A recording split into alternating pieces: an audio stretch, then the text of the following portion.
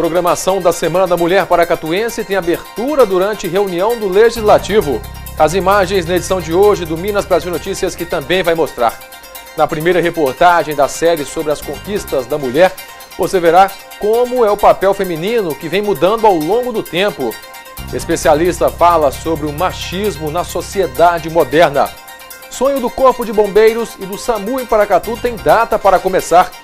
Parceria leva saúde a pessoas de baixa renda sem condições de arcar com tratamentos. Vereador utiliza a tribuna da Câmara e leva a público denúncia de ameaças contra a coordenadora regional do Hospital do Câncer de Barretos. Motocicleta furtada na cidade é recuperada pela Polícia Militar. Protesto dos caminhoneiros continua em 3 estados brasileiros. Na reportagem Histórias de Sucesso, você verá o belo trabalho que é realizado em um ateliê aqui da cidade. Na primeira reportagem da série Rompendo Barreiras do Silêncio, você verá os desafios das pessoas surdas e a importância da comunicação na língua de sinais. Finó anuncia parceria com Pronatec e possibilidade de instalação de novos cursos na instituição. Governo de Minas pretende usar taxa extra na conta de água para coibir o desperdício no estado. Contador esclarece dúvidas de contribuintes sobre a declaração do imposto de renda deste ano. E ainda, as últimas informações sobre a morte do ex-vereador de Paracatu, Félix Melo. É agora, no Minas Brasil Notícias.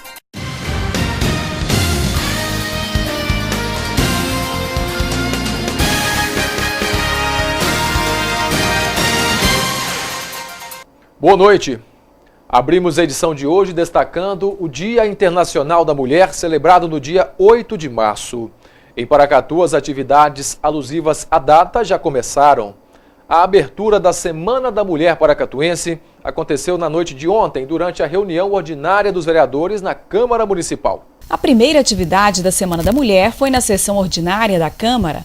A presidente do Conselho Municipal da Mulher usou a tribuna para lembrar que houve muitos avanços na luta feminina por igualdade de oportunidades, mas que ainda há pontos que precisam ser combatidos, como a violência contra a mulher. Paracatu não é diferente do Brasil, né? Como muita gente sabe, em pesquisas que foram publicadas em 2013, nós ocupamos um ranking muito negativo. Então, assim, dos 853 municípios mineiros, nós somos o 6º quando o assunto é violência contra a mulher.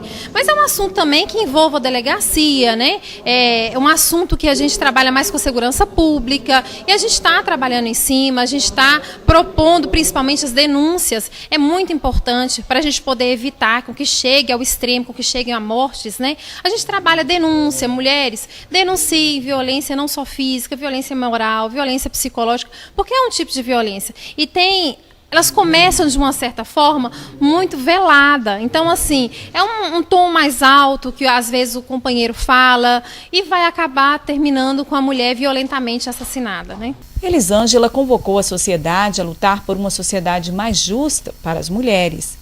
Olha, eu acredito que ainda há muito preconceito, principalmente quando se fala que ainda temos muito o que conquistar, porque acreditam que já conquistamos tudo. Isso não é verdade. A gente sabe que ainda vive um movimento machista, que a gente ainda sofre por ser mulher, que ainda 4 mulheres em cada 10 são brutalmente violentadas dentro da sua casa, né? Que ainda somos estupradas, somos violentadas. Então tem muito ainda o que conquistar. E principalmente a mobilização das pessoas em torno da temática, porque eles acreditam realmente que o movimento chega, basta, não precisa mais nada, porque a gente já conquistou tudo, a gente já tem direito até de votar, de jogar futebol, então a gente não precisa de mais nada, não é? Mas a gente sabe que não é verdade. A programação da Semana da Mulher se estende até o fim de semana. Nesta terça, às 19h30, tem abertura oficial na Câmara de Vereadores. Na quarta, haverá o seminário Lideranças e Ativismo na Caritas Diocesana, das 2 às 5h30. Na quinta, será a vez das escolas públicas realizarem o Dia de Mobilização da Não Violência contra a Mulher. Na sexta, haverá exposição Mulheres de Excelência às 19h30 na Casa da Cultura. No sábado, a manhã será de futsal feminino. No domingo, o CRAS do Paracatuzinho recebe o Ação Mulher, de 8 ao meio-dia, com várias atividades gratuitas. E no dia 14, encerrando as atividades, o SESI Senai vai oferecer minicursos só para mulheres. E a programação prossegue hoje às 7h30 na Casa de Cultura e não mais na Câmara Municipal como estava previsto. E por falar em mulher, em março de 1911, 130 operárias morreram carbonizadas em Nova York. Fato que deu origem ao Dia Internacional da Mulher. Mas o que vem antes? Como o papel feminino vem mudando ao longo do tempo?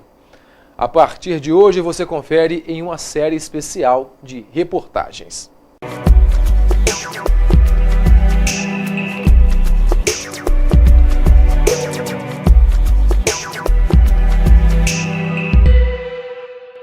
Elas comandam 3 importantes economias no mundo, mas nem sempre foi assim. Nos séculos 19 e 20, a tradição era os homens saírem para trabalhar, enquanto as mulheres zelavam pela casa. Porque é mãe, então deve se dedicar, priorizar essa atividade em detrimento das outras, que seriam o trabalho, a questão toda da realização pessoal, a questão das outras atividades na esfera pública. Com a Primeira e a Segunda Guerras Mundiais, houve também uma mobilização das mulheres. Elas tiveram que assumir os lugares dos homens que foram lutar. No Brasil, a luta feminina começou pela busca do direito ao voto nas décadas de 20 e 30. A conquista só veio em 1932, no governo de Getúlio Vargas. Depois de se tornarem eleitoras, elas também queriam ser votadas. Só em 1995, uma lei obrigou cada partido a reservar 20% das vagas para as candidatas. Hoje, no Congresso Nacional, dos 513 congressistas, apenas 51 são mulheres. Junto com a conquista dos direitos políticos, veio a liberdade sexual. A pílula anticoncepcional foi a descoberta que revolucionou o mundo feminino. Particularmente no Brasil, há uma divisão entre as mulheres. Para que algumas pudessem ocupar espaço no mercado de trabalho, outras precisaram cuidar da casa e dos filhos. O trabalho doméstico ainda é a única opção para mulheres de baixa renda, mesmo em pleno século XXI.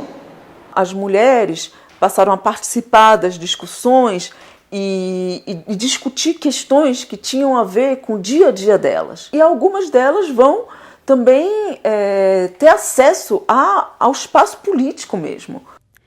O que se vê hoje são mulheres mais ocupadas em postos de trabalho antes nunca imaginados e uma nova geração que cada vez mais adia o projeto da maternidade. Apesar dos avanços, questões cruciais para a mulher ainda... No Brasil, por exemplo, a questão do aborto permanece, O Brasil é um dos países no mundo moderno que resiste ao direito do aborto das mulheres. Isso é algo que eu acho que ainda deve... o caminho parece muito longo. E o século XXI é considerado o século da globalização. Os avanços são percebidos no nosso cotidiano.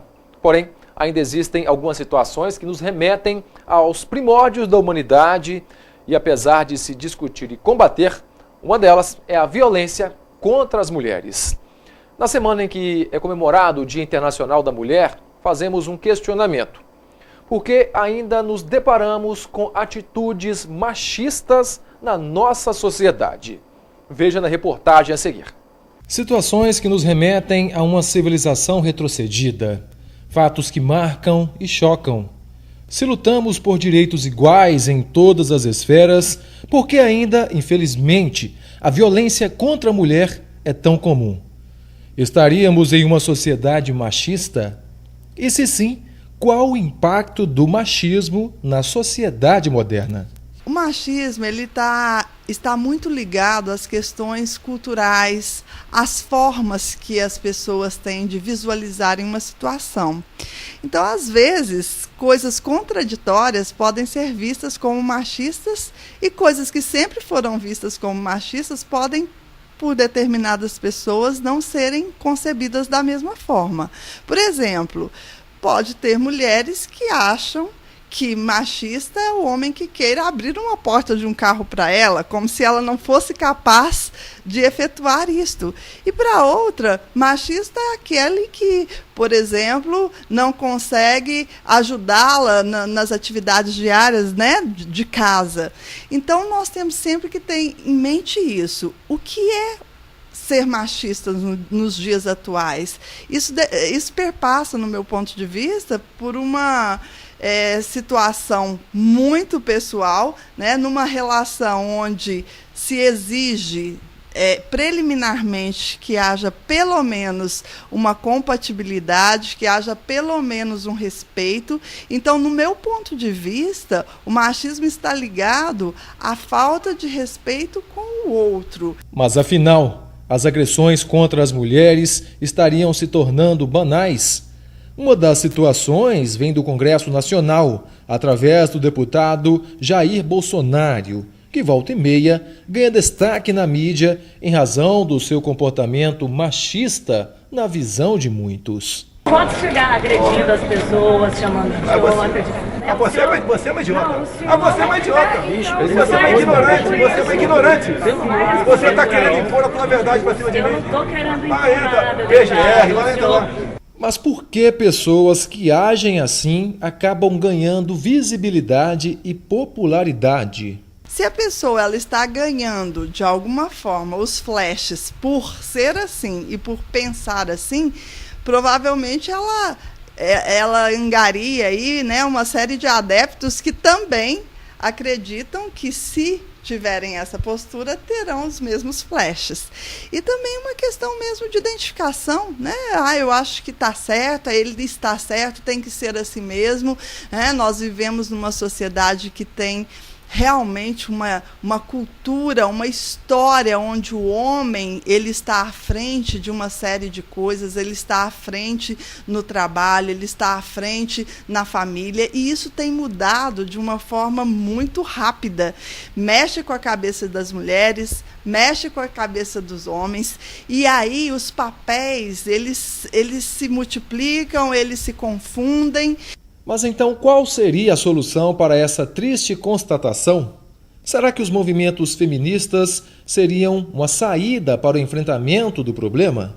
No meu ponto de vista, eu acredito que nada melhor que a mediação, né? O extremismo, isso é tudo, ou isso daqui que é tudo, né? O que eu penso é ser contra o homem, e o que eu penso é ser contra as mulheres, isso não chega a nenhuma evolução no desenvolvimento da nossa sociedade, do ser humano. Então, eu acho que tem coisas lindas que a mulher pode aceitar numa relação vindo de um homem, e que isso não é o fato dele mandar na relação, e o contrário também é verdadeiro. Então, numa relação, a construção de respeito se dá a partir do momento que você vê no outro algo que você gostaria que ele fizesse, ele faz, você aceita, e você faz com que aquilo seja algo que realmente cresça ali no desenvolvimento desse relacionamento. E agora vamos falar de saúde. Ter um tratamento de pele com desconto de até 70% ou garantir aquele sorrisão saudável sem pagar nada. Isso é possível graças a iniciativas de universidades e profissionais que decidem tornar os serviços de saúde mais acessíveis para quem não tem condições financeiras. E a nossa equipe foi conferir como são feitos esses atendimentos. Impossível deixar esse barulhinho passar despercebido. Ou controlar as lembranças que ele pode despertar. A gente lembra dos tempos de infância, né? Era terrível. Vitor não se deixa intimidar enquanto espera ser chamado para a consulta. O garoto, que deve iniciar um tratamento odontológico, compreende a importância de levar a sério a oportunidade. Meus dentes ficam melhor quando eu ficar rapazinho, meus dentes não ficam muito mal formados. E não é que ele esbanja tranquilidade mesmo? Nesta clínica universitária, quase todos os tratamentos são gratuitos. Para ter acesso, basta que o paciente seja encaminhado pelo posto de saúde. Tratamento de canal, tratamento de gengiva, tratamento de extração, cirurgia, tratamento de prótese, tudo isso é feito na atenção básica. Os mais complicados, quando chega no nível do implante, no nível da ortodontia, ou mesmo de alguma prótese mais complicada, é encaminhado para especialização ou mestrado ou doutorado. Maria também aproveitou a chance. A dona de casa não vê a hora de deixar o sorriso mais saudável com as novas próteses. Eu vim aqui por causa disso mesmo, porque eu falei, não, lá tem professor, lá não vai errar, porque eu já estou cansada de ir em outros dentistas e perder meu dinheiro e não ficar satisfeito. Ao todo, as 7 clínicas odontológicas localizadas nessa universidade têm capacidade de atender até 700 pacientes por dia. E com um horário de funcionamento diferenciado, que vai das 7 da manhã até as 10h30 da noite, o acesso ao tratamento fica ainda mais fácil. Uma ótima oportunidade para pacientes e alunos. O aluno ele tem tipo um planejamento, ele não vem para a clínica sem antes ter planejado todo o atendimento que será feito no dia e sob a supervisão do professor. Nesta clínica, o assunto é outro. Os tratamentos são dermatológicos, com um precinho popular. Para ter acesso às consultas médicas e aos procedimentos com até 70% de desconto, basta que o interessado se cadastre em um site. O projeto ele iniciou vendo a necessidade da população, principalmente mais carente, que fica um tempo enorme, né, principalmente no SUS, esperando especialistas, esperando uma especialidade, né, a dermatologia, a parte cirúrgica dela. A clínica funciona durante a noite para atender exclusivamente quem recebe menos de 5 salários mínimos. Valéria foi chamada 3 dias após se inscrever e já comemora a iniciativa. Eu espero que dê resultado, né? E assim, pretendo fazer vários tratamentos aqui que são um preço bem acessível. Dar essa possibilidade para uma pessoa que realmente achava que isso era um sonho, que antes não se tornaria real, né? E ver ele feliz com a possibilidade de autoestima melhorada, de que resolvendo um problema e voltando para casa com uma satisfação, né? Nos emociona e emociona o paciente também. E a boa notícia é que os paracatuenses também podem ser beneficiados com o projeto. Ou seja, para marcar uma consulta com o médico é só entrar no site dermatologiaparatodos.com.br. Já os pacientes que são atendidos nas clínicas da PUC, como foi dito na reportagem, devem ser encaminhados pelo SUS. E você vai ver no nosso próximo bloco, sonho do Corpo de Bombeiros e do SAMU em Paracatu tem data para começar. Vereador utiliza tribuna na Câmara e leva a público denúncia de ameaças contra a coordenadora regional do Hospital do Câncer de Barretos. E ainda, motocicleta furtada da cidade é recuperada pela Polícia Militar. Os detalhes já já. É tempo de compartilhar a essência que está em pequenos gestos do seu dia a dia. De dar e receber abraços, distribuir sorrisos contagiantes. E de lembrar os bons momentos. É tempo de brindar com quem está sempre ao seu lado, de celebrar a vida de forma única e comemorar com saúde. Unimed Noroeste, avaliada pela ANS como uma das melhores operadoras de saúde do Brasil. Nossa maior conquista é estar ao seu lado. Jornal da Cidade, de segunda a sexta, ao meio-dia. Muitas famílias sofrem com tabagismo e gastam com cigarros o dinheiro que poderia ser utilizado para o lazer ou a alimentação. Faça você por sua saúde. Viva sem o fumo. TV Minas Brasil, por uma vida melhor.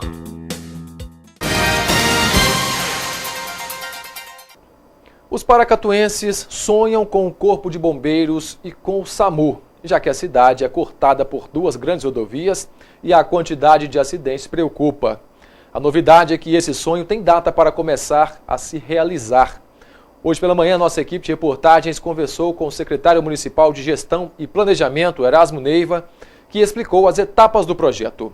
A reportagem é de Isabela Albernaz. A instalação do Corpo de Bombeiros em Paracatu teve alguns atrasos, mas a licitação que determinará o início das obras já tem data definida. Estamos iniciando agora o processo de licitação. Provavelmente até o final de março nós lançaremos o edital de licitação.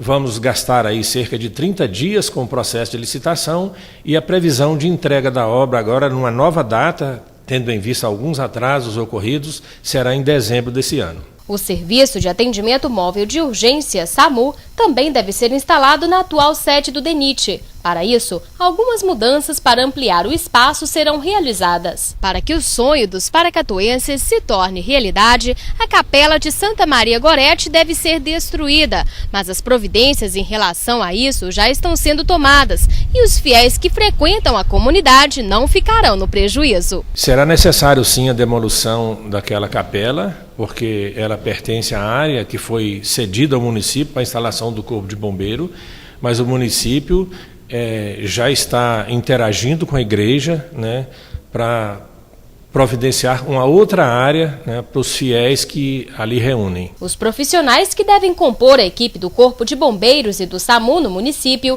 já passaram por treinamento e aguardam a construção da sede para iniciarem o trabalho. A previsão é que até dezembro as novas instalações sejam inauguradas. E agora um assunto preocupante. Uma denúncia feita na Assembleia Legislativa de Minas Gerais despertou polêmica na reunião da Câmara Municipal de ontem. A coordenadora regional do Hospital do Câncer de Barretos, Rafaela Xavier, relatou na Assembleia que está sendo ameaçada em Paracatu por realizar o trabalho voluntário de combate e prevenção ao câncer. Entenda melhor esse caso na reportagem a seguir. Rafaela Xavier é coordenadora regional do Hospital do Câncer de Barretos, no Noroeste, e se dedica a encaminhar e acompanhar pacientes de Paracatu e algumas cidades vizinhas para tratamento de câncer em São Paulo. E seria exatamente esse trabalho voluntário fruto das ameaças. O caso, segundo relato postado por ela em uma rede social, foi denunciado na Comissão de Direitos Humanos da Assembleia Legislativa de Minas Gerais. E hoje, Rafaela encontra-se sob proteção policial e foi retirada de Paracatu juntamente com a filha dela, até que tudo seja apurado. O vereador Gleuton de Sá apresentou na tribuna o texto enviado por Rafaela. Ela inicia dizendo: "Amigo Gleuton, boa noite. Eu já fiz a denúncia na Assembleia. Estavam presentes o presidente da OAB de Minas, a Promotoria Federal e os conselhos da ONU e de Direitos Humanos. Eu fui ouvida pelo advogado e já tomei todas as providências. Eles já instauraram um planejamento e breve Paracatu terá visita. Já fui deslocada do estado de Minas Gerais. Eu e Cléo, na medida do possível, estamos bem, mas não está sendo nada fácil." Ela prossegue relatando outras providências, mas deixa claro que as ameaças seriam pelo trabalho voluntário de prevenção e combate ao câncer, que estaria contrariando interesses ainda não relatados por ela. Os nomes das pessoas que estariam fazendo as ameaças também não foram revelados. Eu estou fazendo uma denúncia que ela pediu para que eu fizesse, porque uma pessoa que dedica a cidade, que procura fazer o bem pela cidade, e entrar numa situação dessa, de precisar de uma proteção especial de uma polícia, não poder nem andar dentro da sua cidade, e só fazendo o bem, será que ela vai ser punida por fazer o bem? Aí a gente fica numa situação de constrangimento, porque parece que o poder, Lília, ele quer constranger as pessoas, infelizmente, quer intimidar as pessoas. E nós não podemos aqui tapar sol com peneira. Nós temos muitos casos de câncer mesmo em Paracatu. Nós temos que investigar, saber o que está acontecendo com o nosso município, que não é justo a gente ver uma menina de 16 anos com leucemia, um outro que do nada, do dia para a noite, surge aí com câncer de garganta, câncer de cabeça, câncer de pulmão. Tem muitos casos, tem que ser investigado qual é o motivo, por que está acontecendo isso. Gleuton, pelo que ela já conversou com você, essas ameaças estariam ligadas pelo fato de ela estar fazendo esse trabalho de prevenção e de acompanhamento a pacientes de câncer? Lília, sim, é isso mesmo. Você foi no ponto correto, que é isso mesmo. Eu não estou acusando ninguém aqui, eu creio que as ameaças vêm por isso, e eu acho que, segundo ela vai trazer esses nomes para Paracatu, que ela disse que tem gravado, conforme está escrito aí. Eu fiz apenas repassar um desabafo dela, e pode ser meu também, que talvez amanhã eu também vai precisar de proteção. Ela não chegou a adiantar nenhum nome para o senhor? Não, infelizmente não, porque se tivesse adiantado eu teria falado. Os vereadores de Paracatu também se manifestaram e a maioria pediu que o caso fosse apresentado também na Comissão de Direitos Humanos da Câmara para um acompanhamento local do caso. Nós tentamos contato com a Rafaela Xavier, mas ela ainda permanece incomunicável. Os vereadores Ragos Oliveira e Cabo Camilo prometeram ir até a Assembleia de Minas para saber mais detalhes do trabalho de investigação da Comissão de Direitos Humanos. E o principal destaque policial de ontem foi uma moto, produto de furto, que foi recuperada pela Polícia Militar.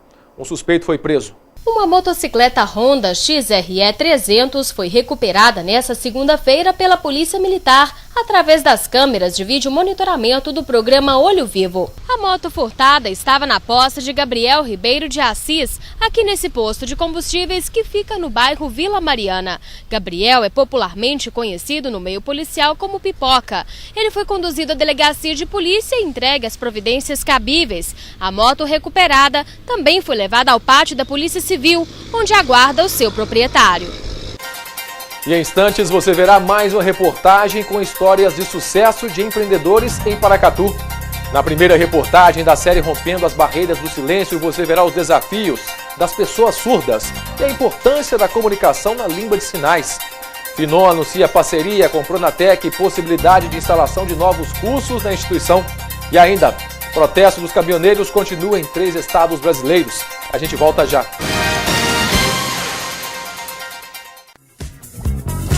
Pré-moldados é na FAMAG. Fale com Robertão e sua equipe. Lajes para forro e piso, canaletas, lajotas de isopor, manilhas e toda a linha de pré-moldados. FAMAG, a qualidade em primeiro lugar. O Robertão garante um preço especial para você. FAMAG, na Rua da Contagem, saída para Guarda-Mor, às margens da BR-040, 3671-1032. Jornal da Manhã, de segunda a sexta, 7h15 da manhã. Autoelétrica Formigão, a melhor da região. Peças, baterias e serviços em geral com melhor preço. Rua Ouro, número 18, Amoreiras 2. Telefones 3671-1940 ou 3671-4312. Ajude a fazer o trânsito que Paracatu merece ter. Pedestre, olhe sempre com atenção para ambos os lados, para não correr o risco de ser atropelado. Procure atravessar na faixa de pedestre. No trânsito, não corra, não mate, não morra. TV Minas Brasil, por um trânsito seguro. A TV Minas Brasil volta a exibir as histórias de sucesso de pessoas, entidades, associações e empresas que contribuem com o desenvolvimento da cidade. Hoje vamos conhecer a história de Dona Ilka, dona de um ateliê. Confira na reportagem de Nicaele Oliveira.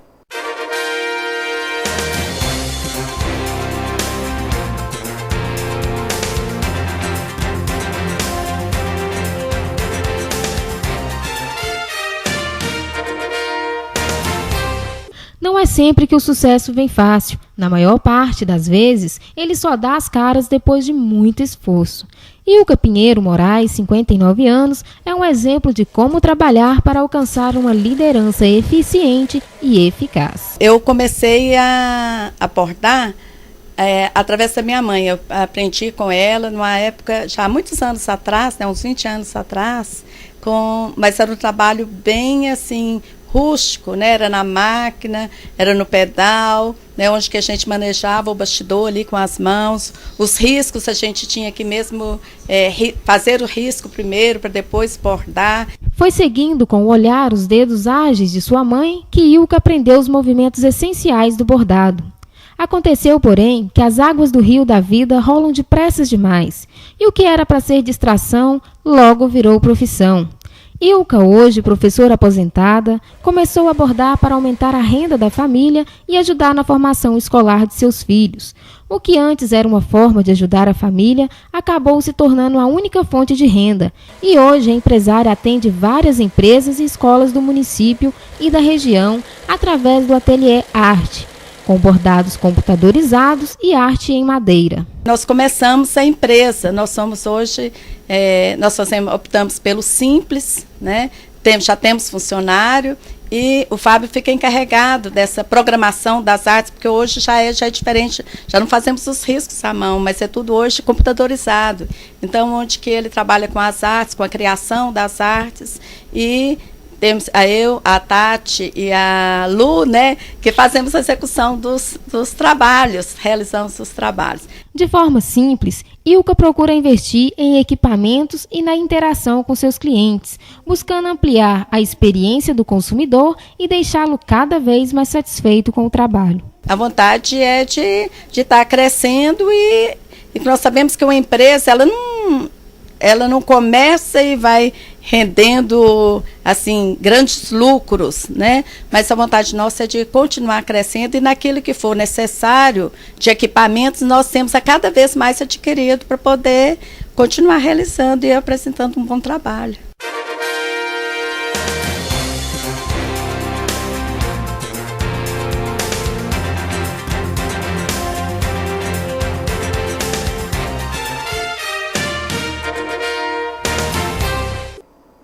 E na próxima semana você verá mais histórias de sucesso no quadro Gente que Faz Paracatu. Você não pode perder. E hoje você confere a estreia da série Rompendo Barreiras do Silêncio. Nossas equipes vão mostrar um pouco da vida de pessoas surdas e para incentivar o interesse pela linguagem de Libras e diminuir as divisões. Qual é o som do silêncio? Com que intensidade ele vibra? Que tom tem suas palavras? O que é ser surdo? Não poder ouvir ou não querer ouvir as diferentes formas de linguagem? Não ouvir o que dizem as mãos, os olhos, os gestos? Ignorar que o corpo fala e que somos diferentes?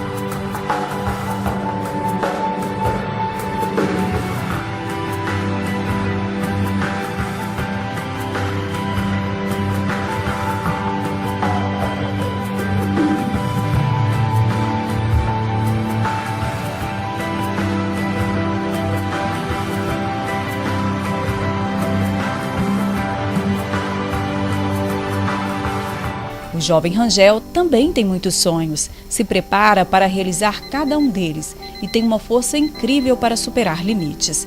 Ele tem vários amigos, namora, trabalha como professor e sonha em cursar uma faculdade de Letras Libras na UNB, onde já foi aprovado e aguarda chamado.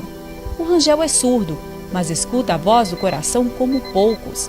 Até os 3 anos de idade, ele tinha a audição perfeita, mas depois de uma meningite grave, nunca mais pôde ouvir. Se você pensa que ele se queixa disso, olha só o que ele nos fala com a ajuda da estudante e intérprete Lawane Gama. Eu nasci ouvindo, falando, normal. Com o passar do tempo, eu fiquei doente, tive meningite, fui para Brasília. O médico lá pediu para eu ficar internado. Quase morri, porque meu estado era grave. Minha mãe orou a Deus e pediu para Deus fazer uma obra na minha vida. E ele melhorou e Deus abençoou que a obra foi feita e hoje eu estou surdo, mas estou vivo. Eu trabalho, estudo, encontro com surdos de Paracatu, também viajo, conheço outros lugares e assim vou. Eu não deixo de fazer nada porque sou surdo. Gosto de ser surdo, ajudo as pessoas a aprender Libras, crianças e adultos, sempre. Este é o Danilo. Ele já nasceu surdo, mas nunca deixou de viver bem cada fase da vida, apesar das dificuldades durante a infância. Eu nasci já surdo, porque eu sou o único filho e fui crescendo. Às vezes encontrava dificuldades e minha mãe conversava de gesto, e foi a família, amigo, todo mundo sempre assim. Hoje eu consigo estudar normal, fazer gestos para pessoas que não sabem Libras como se fossem iguais. Meus amigos conversam, passeiam, sempre temos uma vida normal, como pessoas iguais. Imagine você não sendo compreendido, falando um idioma que poucos conhecem e a maioria insiste em ignorar. É exatamente assim que se sente a pessoa surda ao tentar se comunicar por essa língua tão completa e tão pouco compreendida. Mas ainda bem que há bons exemplos. A Lauane é um deles. A jovem se interessou por Libras porque queria se inserir no mundo dos surdos. Afinal, é o mesmo que o nosso. Bom, eu vivia com pessoas surdas e assim, eu sempre tinha o desejo de conversar com elas e não sabia a linguagem. E eu meio que me senti, eu senti ela fora do mundo, e sim eu mesma me senti fora do mundo deles. Esta é uma prova que, para superar as barreiras do silêncio, basta querer. E é exatamente com isso que sonham tantos outros Danilos por aí, com um mundo que se comunica, que se preocupa com o que o outro tem a dizer. As pessoas precisam esforçar mais para conviver sempre com os surdos. E você, já se imaginou comunicando por Libras? O que te impede de romper a barreira do silêncio? E o nosso assunto agora é oportunidade. A Finon está com novidades para a sociedade paracatuense. A instituição de ensino anunciou a parceria com o Pronatec e a possibilidade da implantação de mais cursos para atender a demanda da região. O anúncio dos novos cursos foi feito pelo diretor-geral de Estratégias e Instituição da Finon, William José Ferreira. As novidades são os cursos de Engenharia e Agrimensura e Cartografia, Ciências da Computação e Engenharia da Computação. Esse ano nós estaremos implementando mais 2 cursos de graduação, os quais são Engenharia de Computação e Ciência da Computação. E nesse início do ano de 2015, já que foi muito no início do ano e não deu tempo da gente fazer uma ampla divulgação, e esse é o melhor momento, nós já estamos com um curso novo que é de Engenharia de Agrimensura e Cartográfica. Outra novidade anunciada refere ao ingresso no sistema Pronatec do governo federal. A Finon, a partir desse ano, está entrando no Pronatec, onde serão oferecidos cursos técnicos, pós-médio, então o candidato deverá ter concluído o ensino médio, e serão cursos relacionados à área de engenharia. Porque para você oferecer um curso do Pronatec, uma instituição de ensino superior, ela precisa ter um curso relacionado àquela área do conhecimento. Como hoje a Finon ela está focada em cursos de engenharia e o edital do Pronatec prevê exatamente cursos nessa área do conhecimento, nós estaremos oferecendo cursos relacionados à área de engenharia e de infraestrutura. Segundo o presidente da manetedora da Faculdade Finon, Vigílio Eustáquio da Silva, as novidades vão atender à demanda da região e, para isso, a instituição de ensino também vai ampliar a estrutura física. Essa é uma filosofia da faculdade, desde a sua fundação, E a função da instituição é atender a comunidade.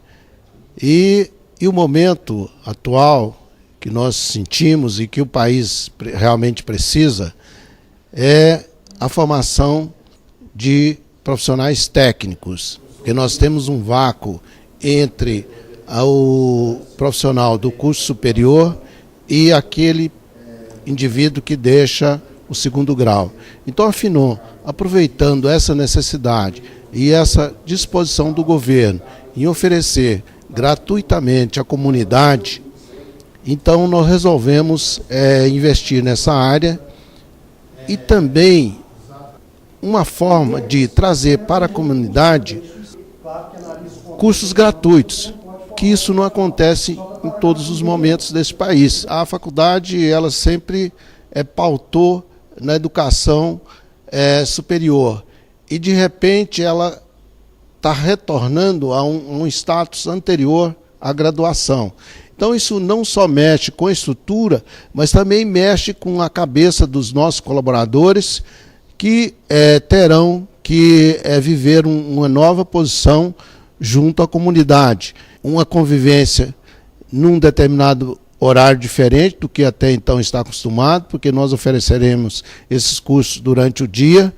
E na estrutura, quer dizer, nós temos um fato importante, e nós vamos começar a utilizar um espaço que é ocioso durante todos os dias, e espaço onde os computadores estão envelhecendo, as instalações também, e sem nenhuma utilidade, com exceção daqueles momentos que a faculdade empresta a sua sede para eventos, para a prefeitura fazer curso de formação, para a Polícia Rodoviária Federal treinar o seu pessoal, para a prefeitura e também para a delegacia local fazer exames dos mais variados tipos. O diretor-geral de Planejamento e Gestão, Alcides Diniz da Silva, falou das mudanças que a Finon está passando. Já são 27 anos de história. O crescimento da instituição, ela impõe, né, um processo de reestruturação permanente,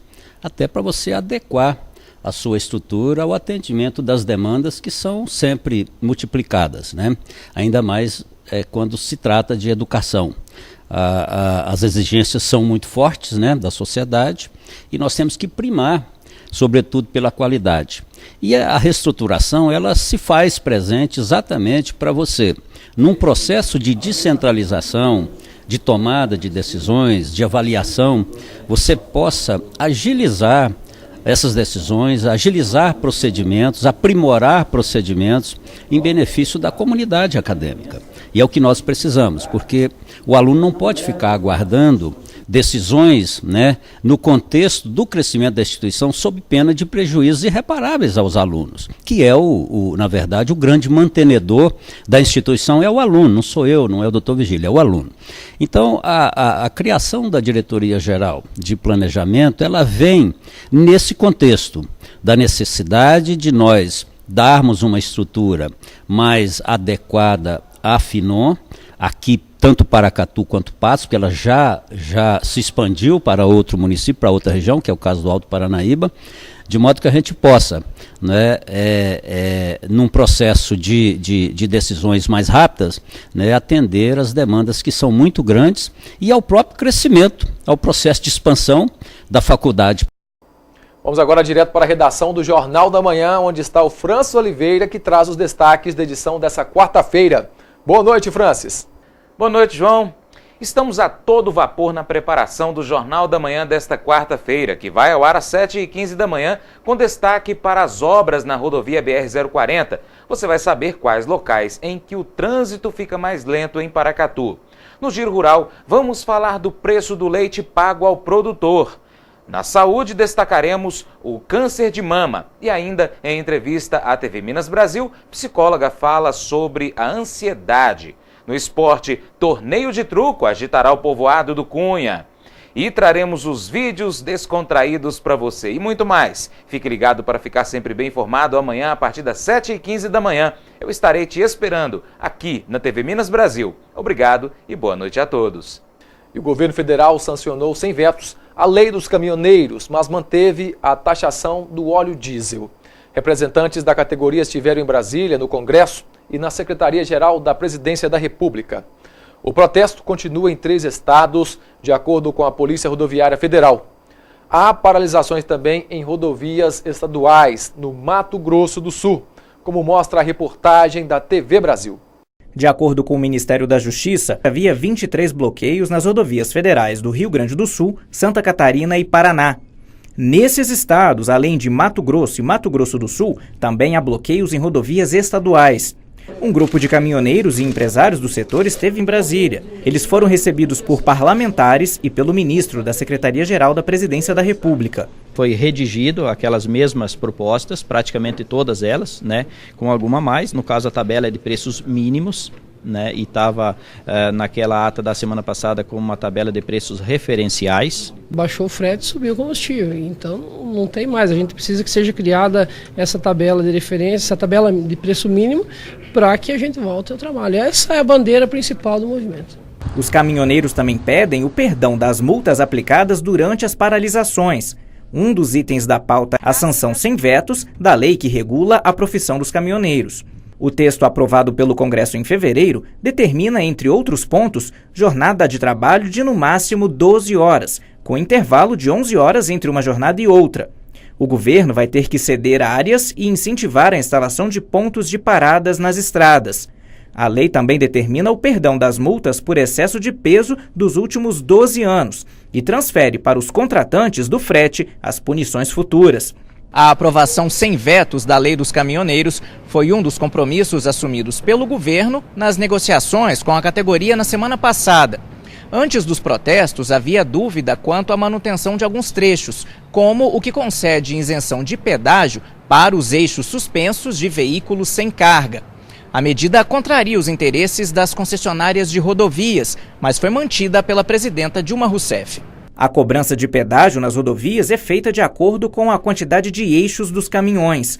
Veículos mais longos, quando vazios, podem levantar algumas rodas para evitar o desgaste dos pneus. Com a nova lei, o caminhoneiro só vai pagar pedágio dos pneus que tocam a pista. A seguir, o governo de Minas pretende usar sobretaxa extra na conta de água para coibir o desperdício no estado. Contadora esclarece dúvidas de contribuintes com relação à declaração do imposto de renda deste ano. E ainda, as últimas informações sobre a morte do ex-vereador de Paracatu, Félix Melo. A gente volta já. A próxima parada da Expresso Planalto é um transporte ainda melhor para você. Entre as novidades que se encontram em fase de implementação estão a integração das linhas, na qual você pega 2 ônibus com uma só passagem, 8 novos ônibus para as faculdades, 2 ônibus extras para cobrir eventuais atrasos, cobradores em todas as linhas nos horários de pico e monitoramento por GPS. Expresso Planalto Paracatu, tudo de melhor para você. Minas Brasil Notícias, de segunda a sábado às 19 horas. Não espere faltar água na sua casa para saber o quanto ela é fundamental para a sua vida. Evite o desperdício. TV Minas Brasil, por mais vida no seu dia a dia.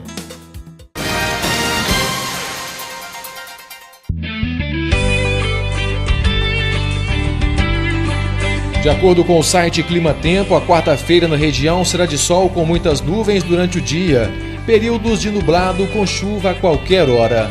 Em Paracatu e Vazante, mínima de 23 graus e máxima de 29.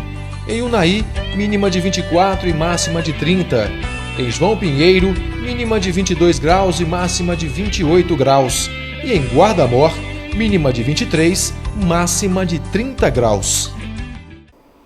E ainda falando do tempo, a Força-Tarefa do Governo de Minas para enfrentar a crise hídrica do estado fez nova reunião para discutir medidas de racionamento da água, com uma cobrança de sobretaxa que deve ser definida ainda neste mês.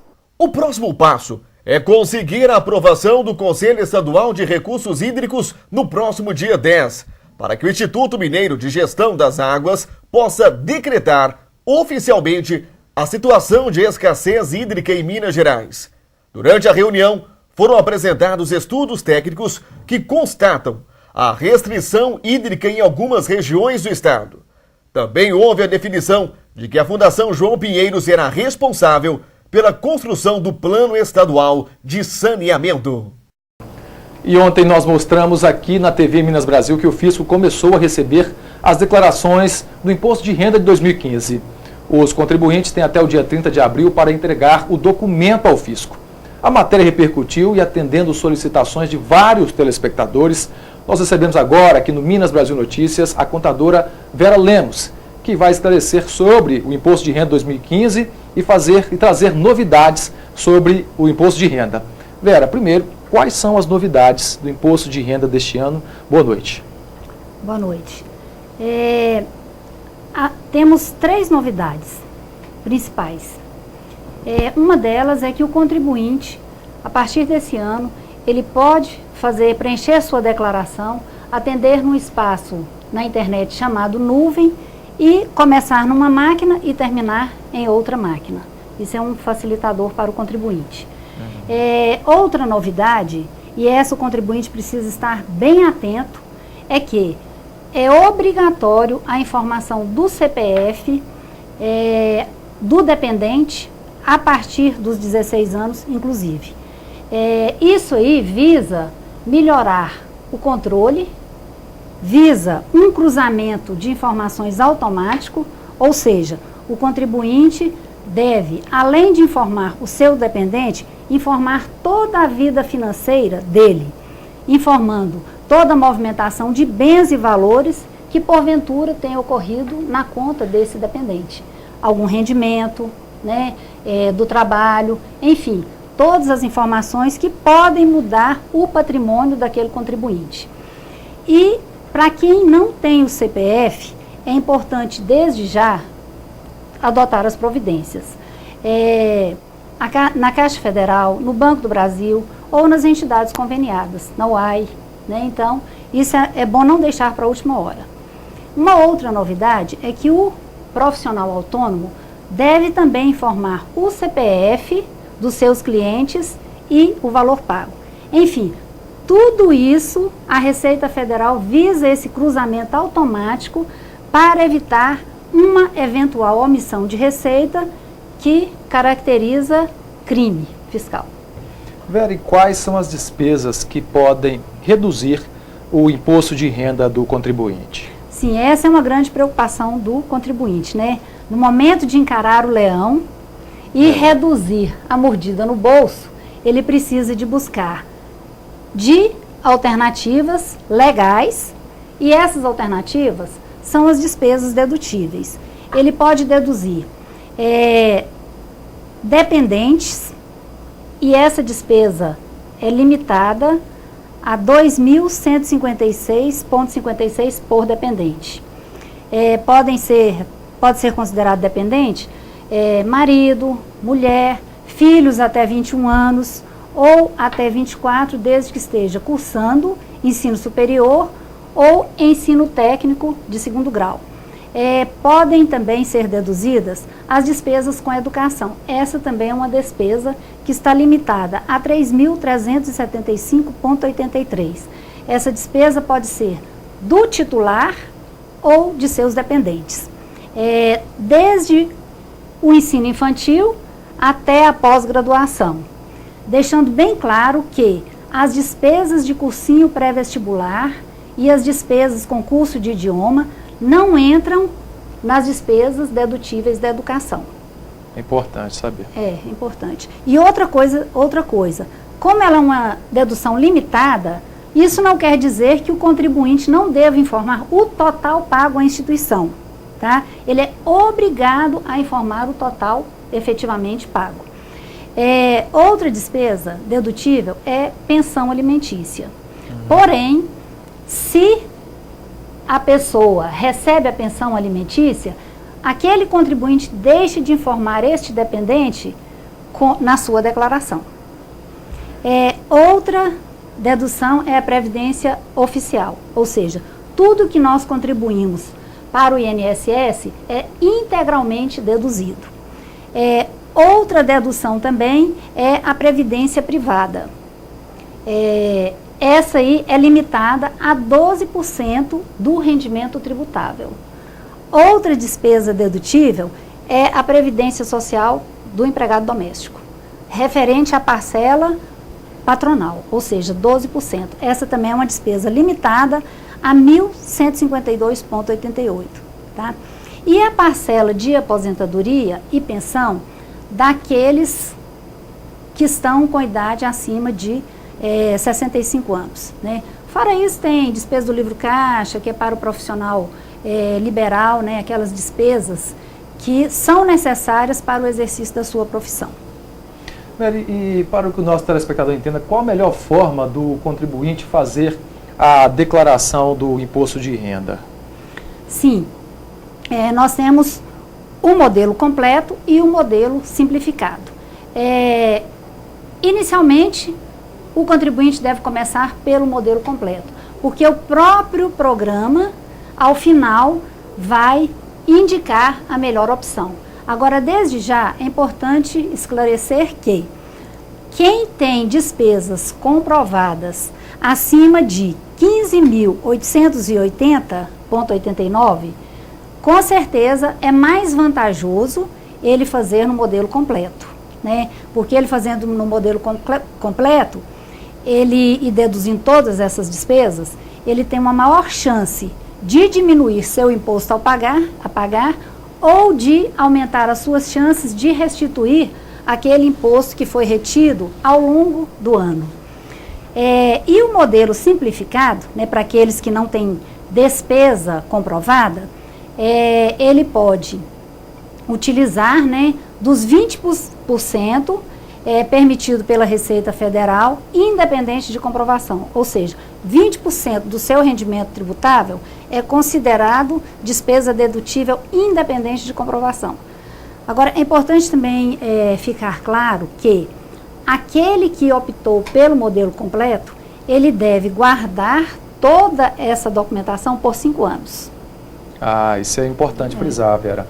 Aproveitando a sua presença aqui no Minas Brasil Notícias, Vera, o nosso tempo está um pouco comprometido, mas eu não posso deixar de perguntar. E parte desse dinheiro, Vera, pode ficar em Paracatu e ajudar a projetos sociais, né?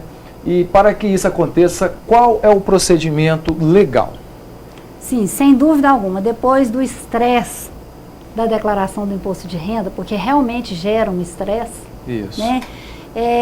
Você pode tornar esse ato um ato solidário, né? Um simples gesto de destinar parte do seu imposto de renda devido, tá? Depois de apurado todas as decisões, as deduções e calculado o valor do imposto a pagar, aí você pode previamente destinar parte deste imposto para uma ação da sua cidade, né? Você pode definir em qual política pública você quer aplicar. Para criança e adolescente, né? Onde você pode diminuir a violência, dar mais dignidade a essas crianças, você destina para o fundo da infância. E esse é um procedimento fácil. Na própria declaração, lá no resumo, vem todos os fundos com todos os dados. É só você fazer a opção e destinar o limite que a lei permite. Eu quero destacar a importância dessa ação para a construção de uma sociedade mais segura em Paracatu. Portanto, todos aqueles contribuintes que desejarem destinar e deixando claro, ele não vai pagar 1 centavo a mais do seu imposto. Ele simplesmente vai retirar parte do que ia para o bolo e destinar para que seja aplicado em Paracatu. Então, é uma atitude, é um gesto simples, mas com um resultado muito grande. E para isso nós temos o Conselho Municipal da Criança e Adolescente, nós temos a Associação dos Contabilistas e eu também me coloco à disposição, sempre me coloquei à disposição de estar junto nessa luta para esclarecer aquele contribuinte que deseja fazer essa contribuição. Tá certo, Vera. Nosso muito obrigado. O nosso tempo está limitado aqui, mas já esclareceu muita dúvida do nosso telespectador. A gente agradece a sua presença e o espaço está aberto para você, viu, Vera? E candidatos interessados em participar da lista de espera do programa Universidade para Todos, o ProUni, devem manifestar o interesse até hoje, dia 3 de março. Para isso, é necessário acessar a página do ProUni no site do MEC e confirmar o interesse pela bolsa. De acordo com o Ministério da Educação, a lista de espera será única para cada curso e turno de cada local de oferta, independentemente da opção original dos candidatos pela concorrência às vagas destinadas à implementação de políticas afirmativas ou à ampla concorrência. O resultado com a relação dos candidatos participantes da lista de espera será divulgada no dia 6 de março. Os candidatos participantes deverão comparecer entre os dias 10 e 11 de março às respectivas instituições e entregar a documentação para comprovação das informações prestadas na inscrição. Poderá participar da lista de espera exclusivamente para o curso correspondente à sua segunda opção, o candidato que não tenha sido pré-selecionado nas chamadas regulares em que tenha ocorrido não formação de turma na sua primeira opção de curso. Os não pré-selecionados nas chamadas regulares em que não existam bolsas disponíveis na sua primeira opção de curso e também os pré-selecionados em sua primeira opção de curso e reprovado por não formação de turma. E agora um fato lamentável. Está sendo velado na Câmara Municipal o corpo de Félix Melo. Ele faleceu na manhã de hoje em Patos de Minas. Félix de Oliveira Melo, 64 anos de idade, faleceu na manhã desta terça-feira na UTI do Hospital Nossa Senhora de Fátima, em Patos de Minas, onde estava internado há 10 dias, se recuperando de um problema de saúde. Há um mês, Félix estava no sítio dele na região dos Poções, na zona rural de Paracatu, onde caiu e bateu as costas em um toco e sofreu infecções em vários órgãos do corpo. Ele ficou internado na UTI do Hospital Municipal de Paracatu e foi transferido para Patos de Minas. Félix Melo é de família tradicional na cidade. Foi professor, vereador por 2 mandatos, presidente do União Esporte Clube, presidente da Associação dos Produtores de Cachaça e Derivados de Rapadura, produtor da cachaça marca Rainha, bastante conhecida na região. Félix também era feirante e comercializava seus produtos na Feira Livre de Paracatu. Era casado e pai de 3 filhos. O corpo está sendo velado na Câmara Municipal. O sepultamento acontece nessa quarta-feira. E em nome da equipe da TV Minas Brasil, eu quero aqui externar os nossos sentimentos e os nossos pedidos para que Deus possa confortar o coração de toda a família do Félix Melo. E a música brasileira também está de luto. Foi divulgada na tarde de hoje a morte do cantor José Rico, da dupla Milionário e José Rico. De acordo com o portal Terra, José Rico Alves dos Santos morreu nesta terça-feira em Americana, no interior de São Paulo, após ser internado com complicações no coração e nos rins. A informação foi divulgada através de nota na página oficial da dupla no Facebook com os dizeres: "Vamos rezar por este homem que tanta alegria nos deu. É impossível descrever nossa tristeza. Estamos todos em estado de choque." A nota termina com o trecho de uma das mais conhecidas canções da dupla, A Estrada da Vida. E o Minas Brasil Notícias de hoje chegou ao fim. Mais informações nessa quarta-feira, às 7h15, no Jornal da Manhã com Francis de Oliveira e ao meio-dia no Jornal da Cidade. Continue sintonizado com a nossa programação. Uma boa noite e até amanhã.